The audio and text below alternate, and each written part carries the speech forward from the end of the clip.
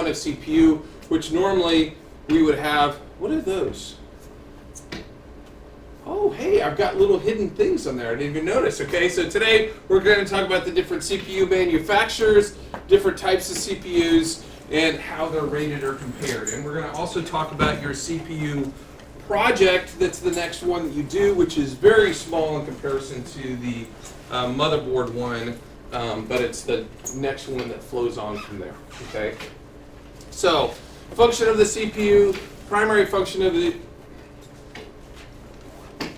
I don't have a hidden thing. I guess I was just writing here. What's the function of our processor? First of all, CPU stands for sensor processing unit. What's the main function of the CPU? Okay. It's where what takes place? Directions. What?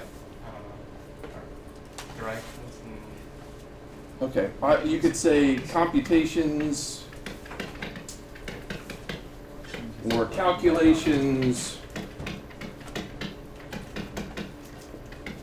or processing takes place, okay? It's the brain, but it's not where all processing doesn't take place there, okay? We know that our chipsets do some processing, and it's what the chipset on the motherboard controls and manages the flow of information to the processor. We also will learn that much of the video processing, if not all of it, takes place on a separate video card anymore. It used to be that there wasn't as intensive graphics, so we didn't need as an intense a separate processing function for video. But now most of the processing and calculations takes place on the CPU. Okay, it's the brain of our computer, but just like our body, there are calculations and things that happen in other places like our thalamus and stuff like that. Okay, so based on the PowerPoint projects we already did, what are the two manufacturers of CPUs? Intel and AMD. Okay, so we got Intel and we got AMD. Okay, so those are our two manufacturers. There used to be other ones. Citrix used to be one. Is it Citrix? No. Started with a C. It is Citrix. Anyway, those are the only two left around today. So we've got Intel, we've got AMD as our two major manufacturers. Intel got into the processing way before AMD. So back in 1971, Intel started making processors for IBM. IBM contracted them and said, hey, they were a memory manufacturer prior, said, hey, we need you to make our CPUs for us. And so Intel started making CPUs. And Intel was the only one who made CPUs for a very long period of time. You see, for 11 years, nobody else made CPUs beside Intel. But IBM got nervous about having a single point of purchase with the idea that, hey, they can really hose us, right? If I've only got one source of product, they can jack the price up as much as they want because they're the only one who makes it. So they said, okay, we're only going to buy processors from you if you bring somebody else in to make processors too. So IBM pushed Intel to find another manufacturer, and that manufacturer was AMD. So it was completely at the behest of IBM that there was created another processing manufacturer. Okay, so Intel contracted or subcontracted out to AMD, and AMD started making processors. And when they started making processors, they were making the exact same processor. There wasn't like the AMD processor and the Intel processor. There was the processor, and they made the same product that Intel was making in the beginning. Okay, and then IBM said, you know what? That's okay. We'll just buy from you. That's fine. We don't need you to have a second processor. So then Intel broke the contract with AMD, said, no, we don't need you to do that anymore. And AMD's like, dudes, we've already spent all this money to build manufacturing facilities for processors. You can't do that. And so they sued them for breach of contract and won.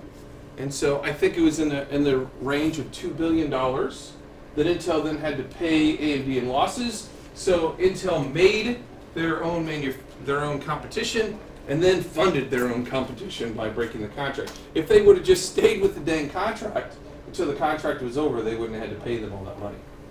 And then there was some lawsuits going back and forth the other way. Intel sued AMD saying, hey, they're using our proprietary information. So then Intel or AMD came up with their own processor completely. And really it wasn't until the 386, just so you know the history of the processor, we had the 8088, 8086, then the 286, then the 386, so much slower, and I don't even have a chart up here. I guess I could put one up on the different speeds. Staff, please excuse this interruption. All buses are now in. Students will be coming to class. Thank you. But the 386 was really, really slow in comparison to what we have today, but that's when AMD came in the market with their own. And then there were companies that really bought on to AMD because they were so much less expensive, like HP. A large portion of their products for a while were all AMD based. And so since then it's gone back and forth, and who's the fastest, who's the best value, that kind of thing. And that's one of the things we're going to see from your guys' presentations. Okay, so in recent history we have a long list of Intel sockets, and we know from our presentations that Intel really, for the desktop, you can see all these are all desktop ones. All the desktop ones, they switched from PGA to LGA some time back. And the LGA 775 was the first LGA one, and you can see that happened back in 2004, so 12 years ago. They switched from PGA sockets to LGA sockets, and they have stayed with them as their main socket ever since. And really, we still see PGAs for laptops, only because the whole socket and everything can be thinner and more streamlined. Okay, so like all the laptops that you guys have are Intel processors, but they're PGA processors in those laptops. But this, again, is desktop stuff. So you can see all the desktops are LGA.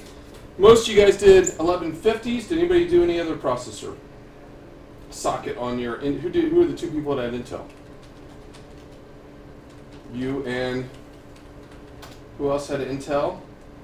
One of you. You shouldn't be asking him. Which one did you? You have LGA Intel? Oh, yeah, I had Intel. Okay, so what sockets were yours? Do you remember what socket? Right, because it could have really been, you could have had 2011s, because they were still in manufacture up till 2014, which means they're still being sold today, obviously, all the way till 1150s. Really, yours were probably all in this range, if not all 1150s. Okay, but when you did your value one might have been an LGA 2011 because it is an older one. So, but you don't remember. You're supposed to remember. I just know that I did Gigabyte.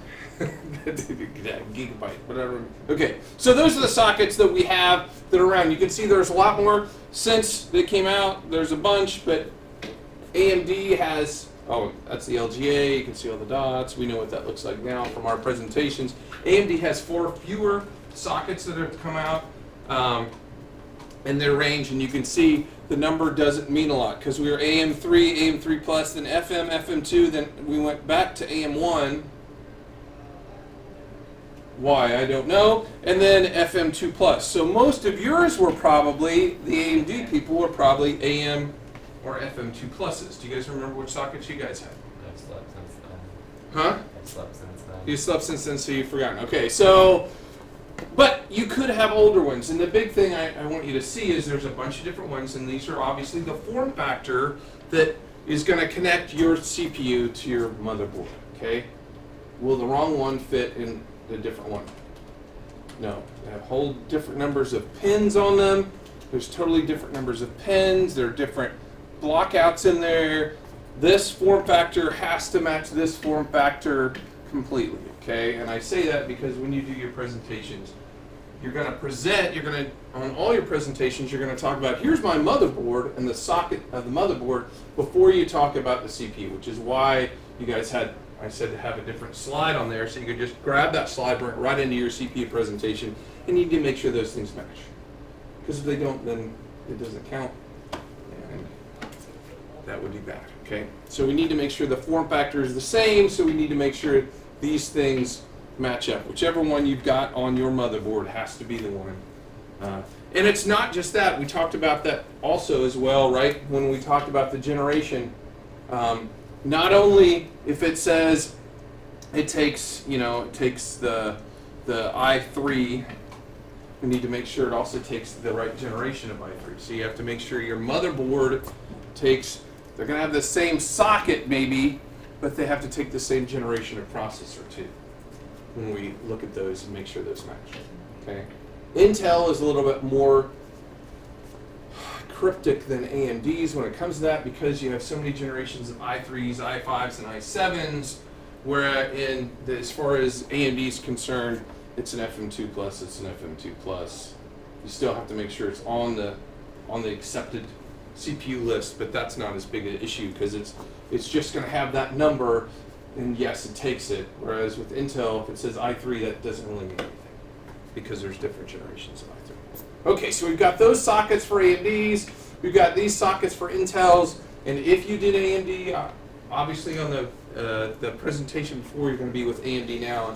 Same thing if you did Intel, you're going to do Intel.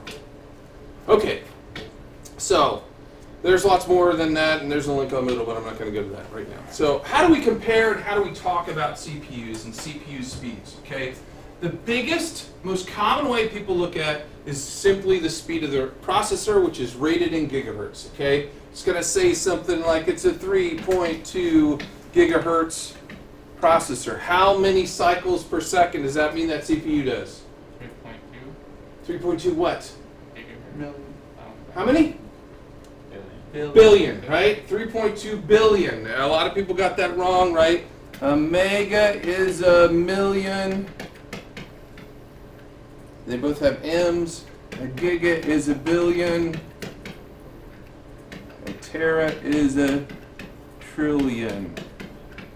Okay, so it's 3.2 billion cycles, processing cycles per second that processor does. And that's what everybody looks at. What's the speed of your processor? Oh, mine's 2.4 gigahertz. Okay? That is not the most important thing. There are two other things that we need to look at. So that's, if I ask you what's the common way people refer to it, stomp, stomp, stomp, it's the speed of the processor in gigahertz. In gigahertz. Okay? That's the common way most people look at. That's why they ask out of the box. Okay?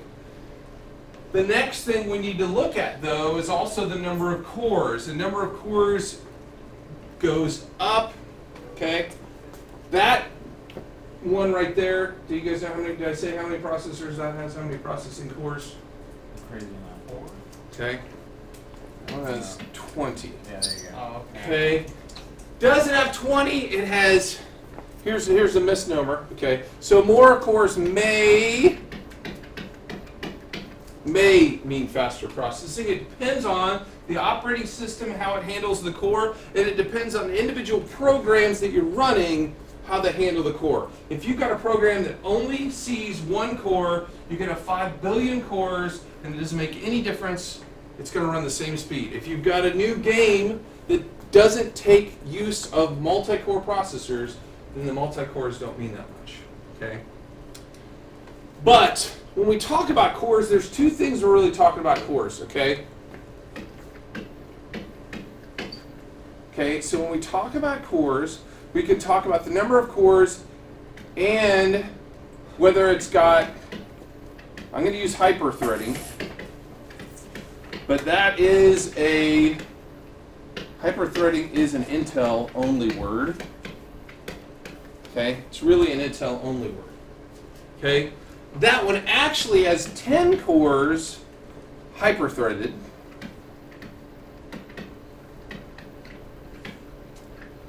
Which means it shows up as 20. Because both those cores, when it says it does hyper-threading, it's saying it does double processing, kind of. Is that the best way to explain that, I guess? Okay. So you have to look, if it says it has 20 cores, is it really 10 cores hyper-threaded or is it really 20 cores? That's still a heck of a lot of cores. 10 is still a ton. AMD can't use hyper-threading. It just says 8 cores. For instance, if we go and look at an AMD, can you put your foot on my stuff? Let's see, is my mousey working? Why is this upside down? There we go.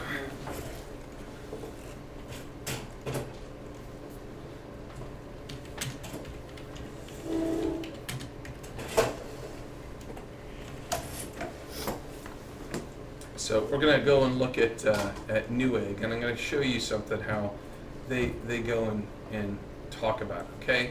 So this says it's an AMD Black Edition 8-core, 4 gigahertz, 4.2 gigahertz turboed AM3 Plus desktop processor, okay?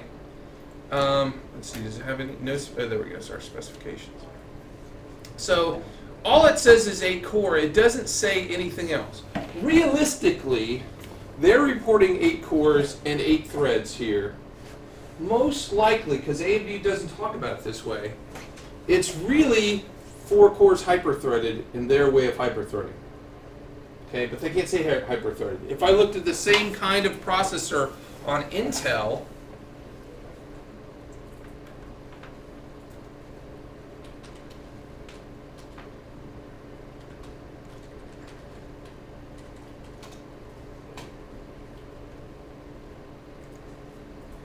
this one says it's a quad-core processor, okay? Quad-core, 8 threads. They're both 8 threads.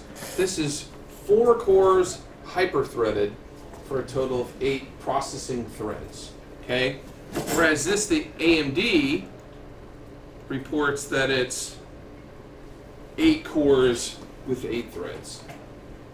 So when you compare these, you really want to look at the number of threads that are available, because that 4-core Intel i7-6700, which you look at as only having 4 cores, has 8 threads. It's probably, if not definitely, faster or as fast as this one, which is why you can't just look at one thing. And we're going to look at in fact, I'll leave both these open, because when I look at this, on the outside, well, it's got 8 cores and it's 4 gigahertz. It's going to be way faster than this i7, which is 8 cores and 4. They're both 4 gigahertz, so that'll be an interesting one. Okay, so they're both 8 threads, although this one only says it's 4 cores. They both say they're 4 gigahertz, and so that kind of leads us into the next comparison, and we'll look at another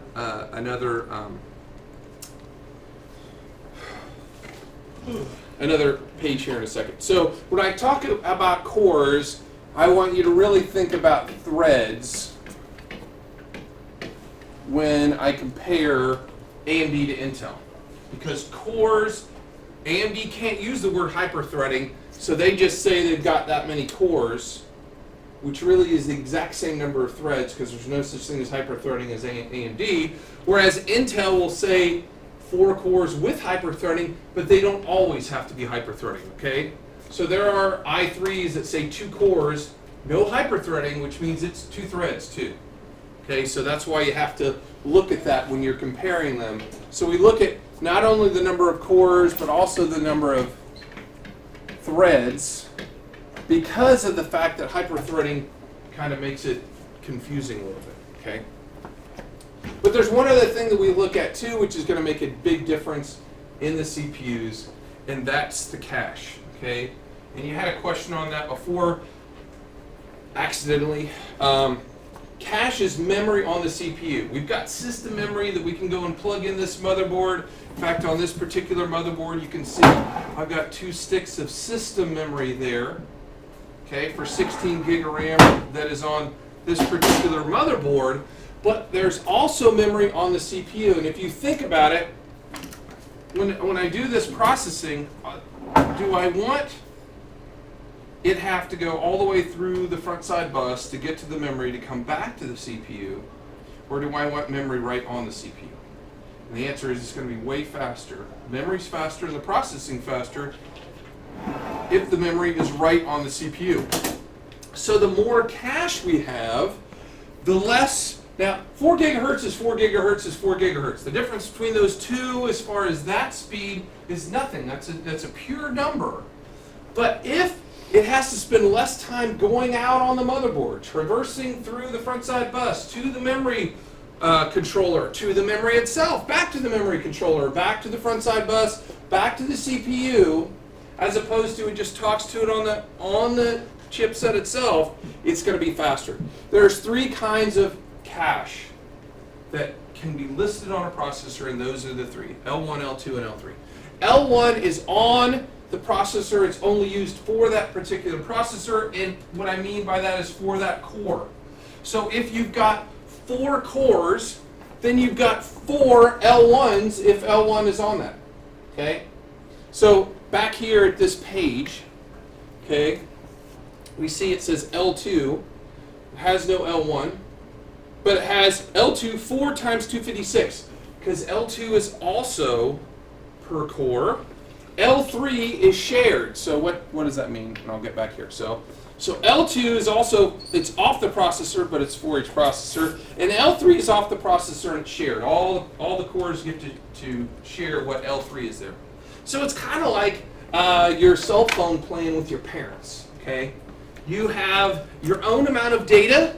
Okay, on my son's Verizon plan, everybody gets 2 gigabytes of data, and then we have shared 8. Okay, which means that whoever uses it first gets it, but everybody gets their own 2, no matter what. Okay, same thing when it comes to a processor. I'll erase this so that you don't read that later and say, what the heck did you mean there? L1 or L2, that's mine. That's my data, that's my cache. But L3 is whoever got to it first and tries to use it, okay? More cache means less use of RAM and less time for instructions to travel around the motherboard. Cache makes one of the biggest differences on CPU speeds, and it's the one thing that most people know nothing about at all about their processor, okay? One of the biggest things, one of the biggest impacts, okay, is cache. So more cache means faster processing. So I'm going to go back and look at this one. So it has no L1. There's no memory on the die itself for the core, but it's got L2. So because it has 4 cores, there's 4 sets. So if you think about hyper-threading, is also sharing that. Okay. So it only has 4 cores, so it only has 4 sets of L2 cache, and it's small. It's 256K kilobytes. Okay. But then it shares another 8 meg between everybody. Everybody gets to see that. Okay. When it comes to this other AMD, I'm just looking at these because they were at the top of the list. It has L2 of 2 meg, way more than the other one. Way more than the other one. But look again, it says 4 times 2 meg. So we know that it doesn't really have 8 cores, but it can't say 4 cores hyper-threaded. That's how we know that it's just AMD magic saying that. Okay, which is why you have to look at how many threads. So it's still sharing this, but so it's got 4 sets of 2 meg, which is how much more than the other one? 4 times. How many times? 4 times? 8 times. 8 times. It's 8 times more L2 cache than the other one, and exactly the same L3 cache. Okay, so it'll be interesting to see where this shows up on the speed chart between those 2 processors right there. Okay, because it's got 8 times more L2, the exact same L3. Okay, let's look at the price first while we're here. So this one costs me $159, and this one costs me $349. Okay, so the Intel one we're going to say twice as expensive. Has less cache, the exact same number of cores. But let's see. Let's take a divergence here and look at the speed chart. So we're going to go to AMD or CPU. And then on Tom's hardware, I think it's right there. Hessmark. Okay, so we're going to do the. Where's the one that says search for you? There we go. That's the one I want to look for. Okay. So on this, we're going to look at the rank right here. So the lowest rank is better. So this one is the i7-6700. i7-6700. And it's ranked 132. Can you guys remember that? 132. You have the K SKU. What? The K on the end of that. Oh, there's a K on the end. You're right, and it's faster than that too. There we go. So it's ranked 100, and we know it's a 4 gigahertz too, so that makes sense. So it's ranked 100th even, and it's saying it's 349, and this one is the FX8350.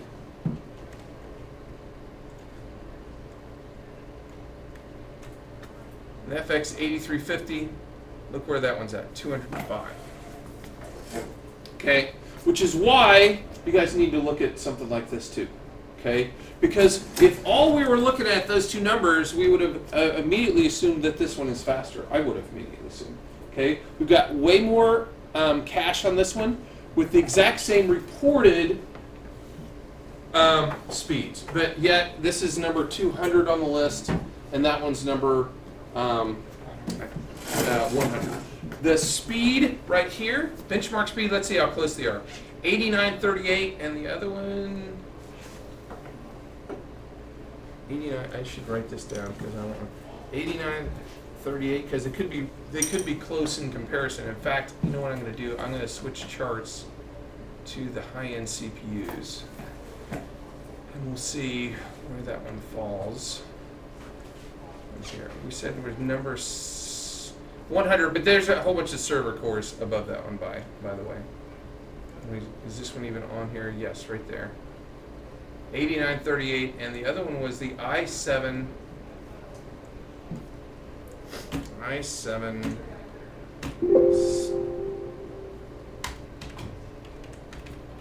Okay, right there.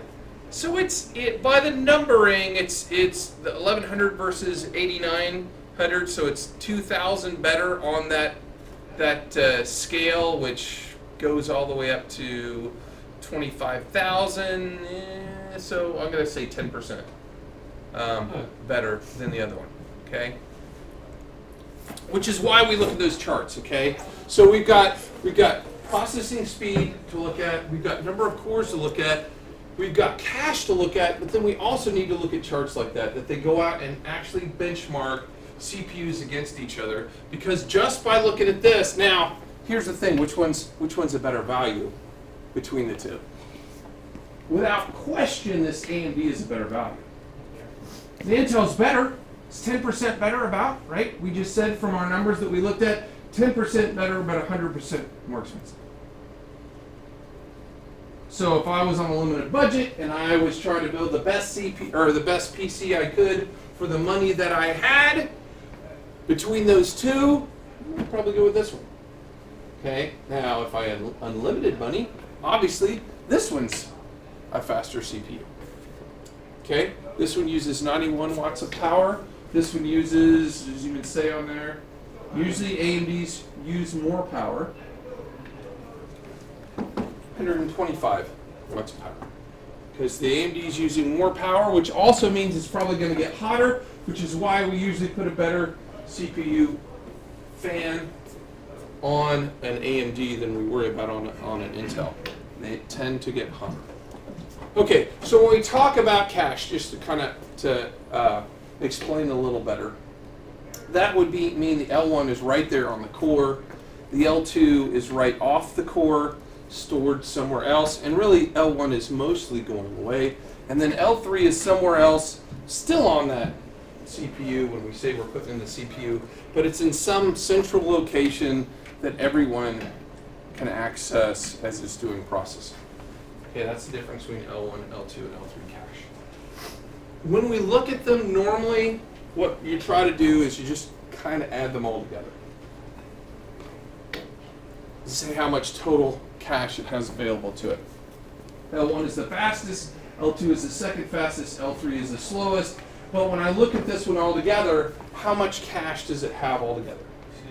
It has 16 meg, right? Because we got 4 and 2 meg plus 8, so I got 16 meg of total cache available to the CPU. And again, it's reporting that it's that fast, but obviously the speed of the Intel processor, and we know that's true, and we'll look at that on that chart here in a second. Even though it's reporting the exact same gigahertz, and even though it has slightly less cache, that this one's still a faster processor, okay? And when we look at this chart, of high-end processors, if we look down through here, look Intel. Where's the first AMD? AMD doesn't even get on the chart until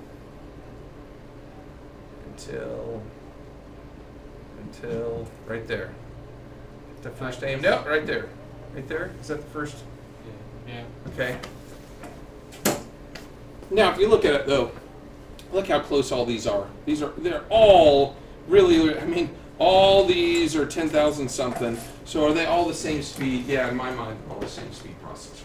Okay. I have to go up a full 1,000 on this before I even consider it a faster processor.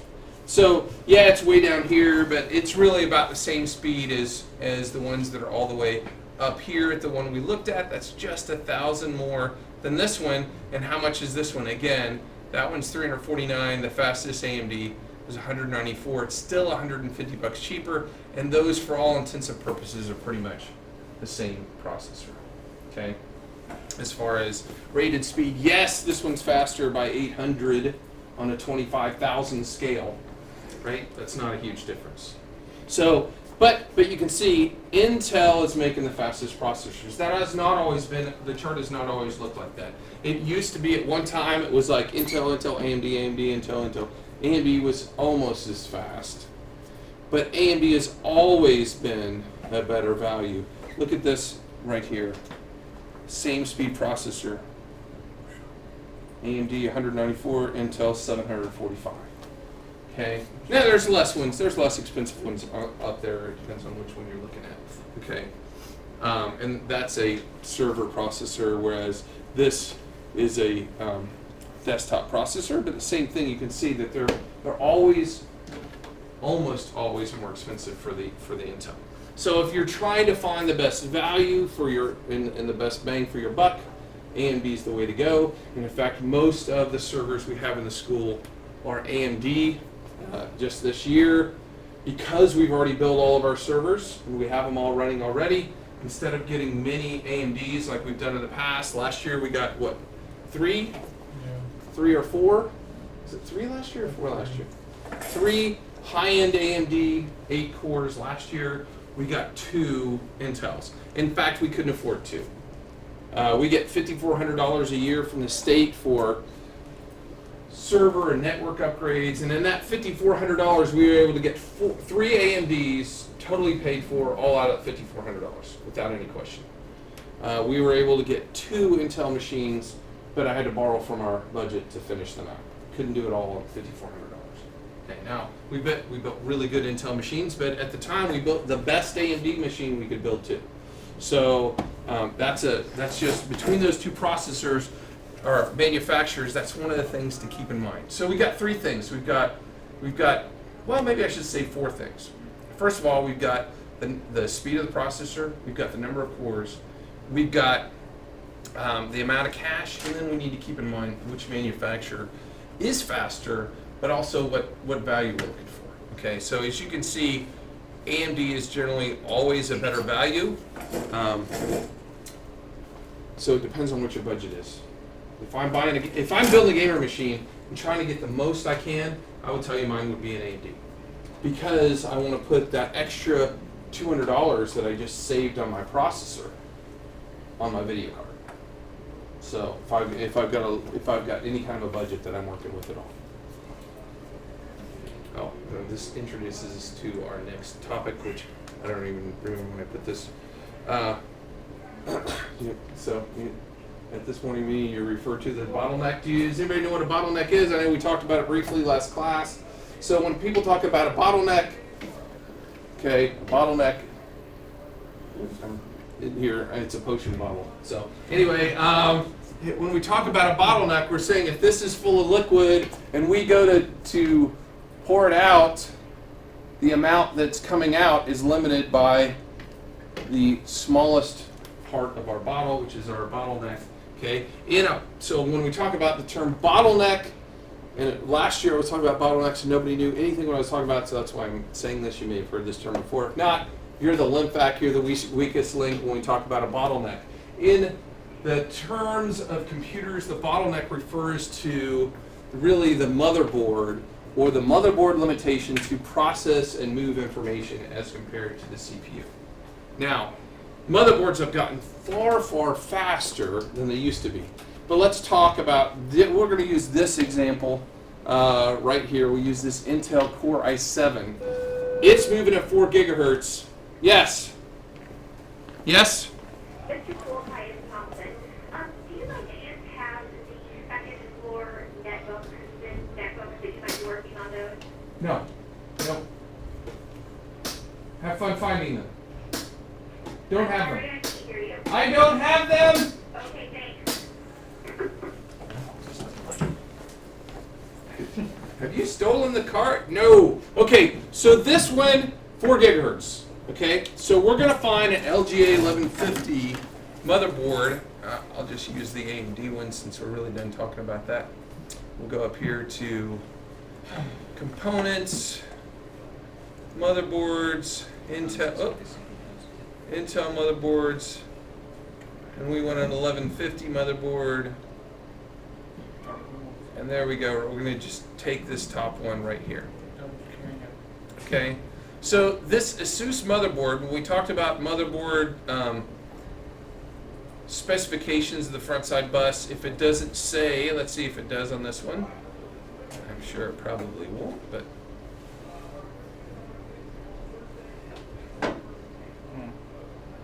okay, I said we use the highest non-overclocked memory speed as the native speed of the motherboard. Okay, so this motherboard goes at 2133.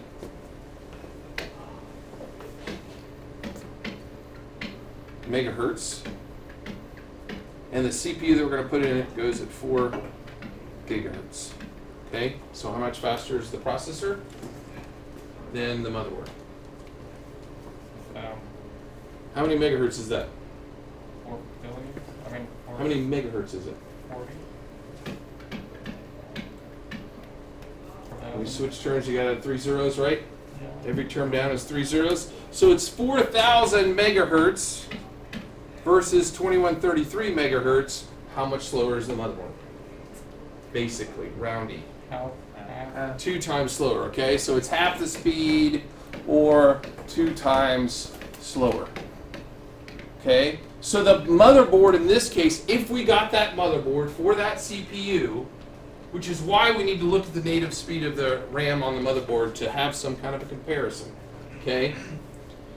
It's twice as slow as the CPU, so the motherboard is going to be a bottleneck when it talks about computations, because especially if I got a low-end one with low-end cache, if I have low-end cache, that means it's got to go back and forth here more times, and every time it goes back and forth, this is going at half the speed of that.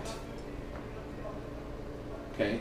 So when we do those matchups, when we're actually building our system, that's why we don't want to don't want to go chintzy on our motherboard, because yes, this RAM is going to be cheaper than buying DDR4 3.2 RAM, okay, or whatever the fastest is today.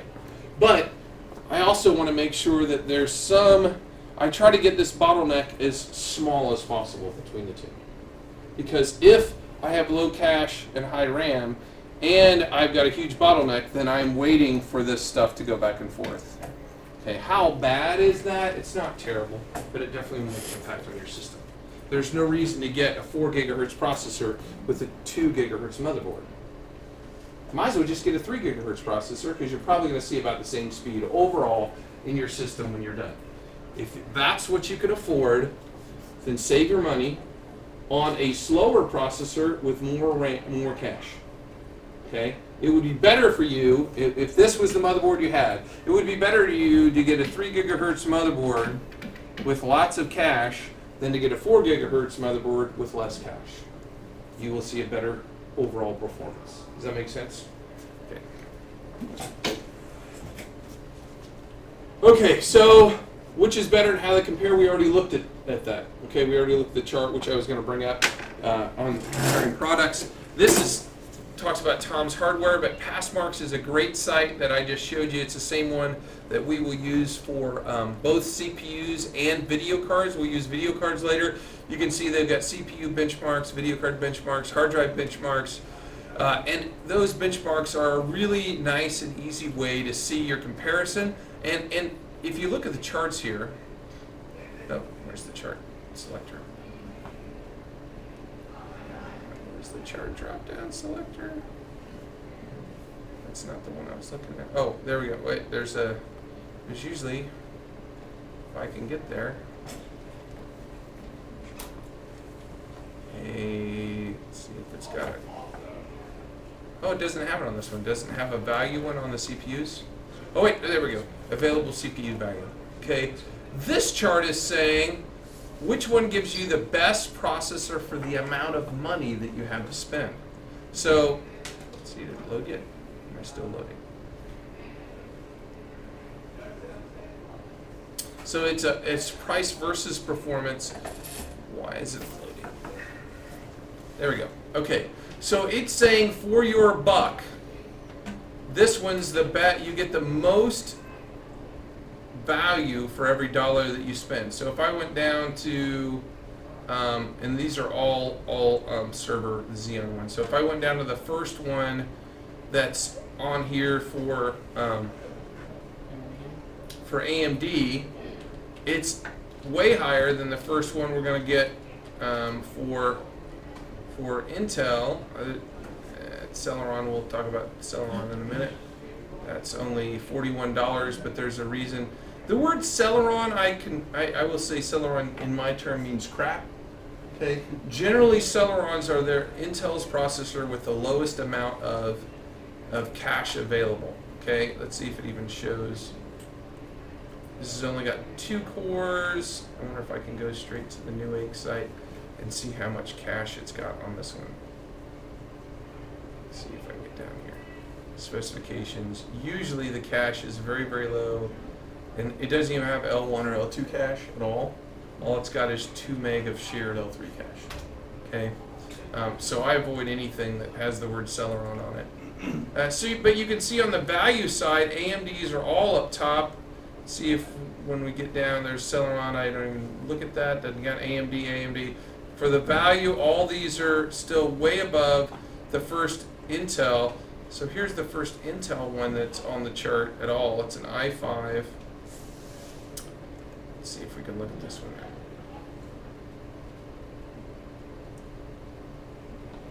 now. i5 quad. That didn't take us right to the site, did it? CPU not available. See other models. Okay, that doesn't count. But you can see what I'm saying there on this chart. That this says, really, here's the price over here. Which I don't even know where you would get a processor for $25. But it's saying how many points do you get on their chart for each dollar, which is what this value one is. So you'd want to get the one with the highest processing power for the least amount of money. That's what that page is for.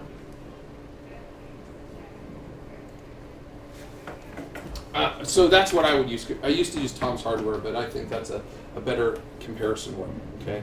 So I wanted to talk about the CPU project so that we can introduce it today, so you can start looking at today and Monday, and then we're going to talk, or today and tomorrow. Really, you may almost be able to get it done, honestly, today. There's just not that much information on CPUs.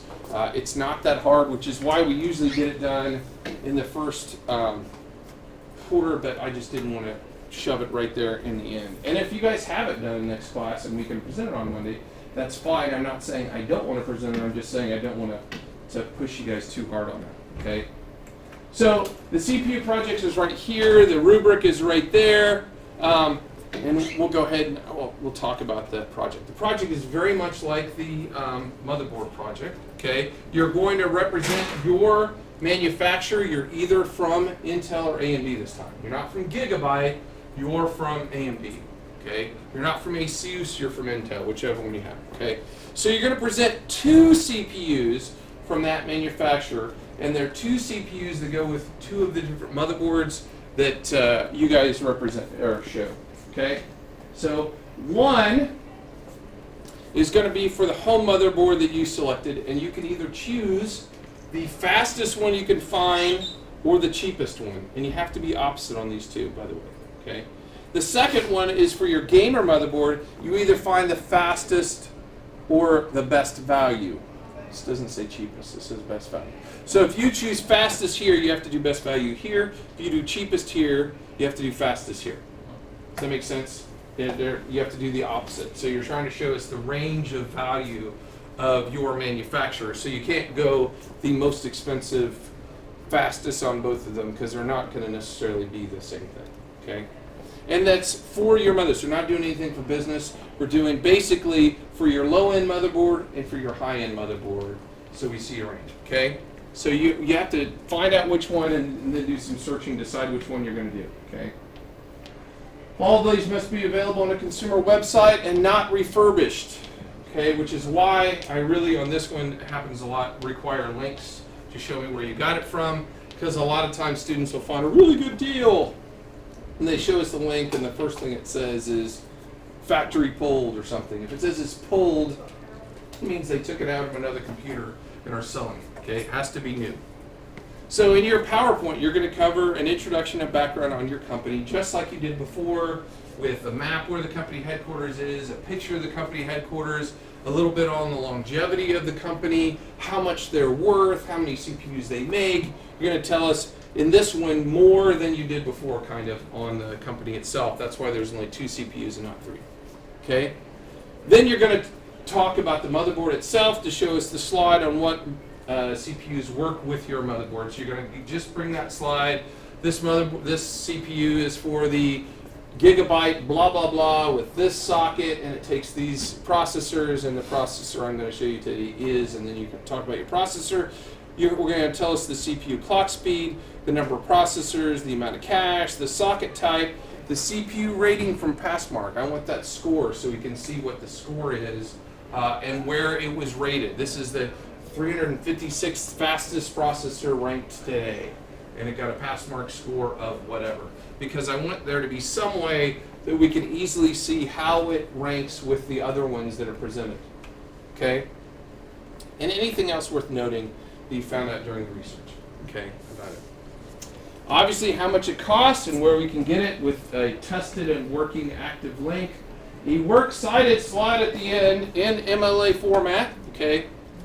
And then obviously you should be uploading the slides. You don't have to upload anything today, but by the end of the next class, I expect something to be uploaded so I can see your progress and give you any feedback that I need to, okay.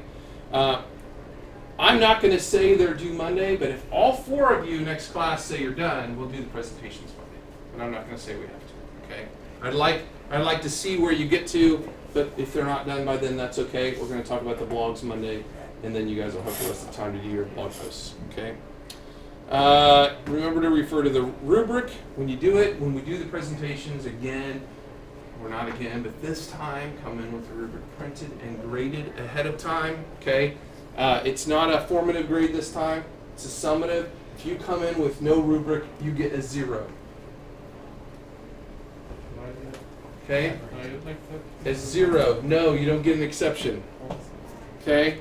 I want you to fill out in pencil so that I can use pen, so I can easily tell the difference. Okay? And make sure you refer to the rubric, and I put the new rubric. I already edited the rubric and put it right down at the bottom there, so you can go and open it up and refer to the rubric as you're doing the project. Okay. Again, there's introduction, background. You're going to talk a little bit about your home PC, and then that home CPU, and then the costs, and the gamer CPU, and the costs. And we got a works cited and the obvious PowerPoint section there at the end. Okay. This one's about looking up and reading about the processors and trying to find processors that work with your motherboard that you guys already selected. Okay. Questions? Misunderstandings, anything that you don't know at this point. Processors are pretty darn easy. The hard part is really, even like when we looked at that, well, I closed the link already. When we looked at the Intel and the AMD, when we look at those things, it's easy to misinterpret which one's faster, which is why pages like Passmark are good for us. Which again, doesn't mean I wouldn't buy the AMD. I would buy the AMD if I was doing it for home and building a brand new machine, because I want to put more money in my gaming video card than I do in that processor. But if I was building a server that's doing all processing, no video, like that one, I'm going to spend more on my processor because the only purpose of the video card is to hook up a monitor while I'm setting it up, and then I put it in the closet and there's never a video hooked up to it again. Okay, so you have the last half an hour and all next class to work on this presentation. If you don't get it done, again, that's fine, because the next thing we're going to talk about is the blogging part. You're going to blog about one of your motherboards and one of your CPUs. We'll talk about that more on Monday. And if for some reason it gets off brown-orange, I don't know why it would, but if it does, then it'll be recorded for you guys on that class. But I should be here that month. Okay, that's it.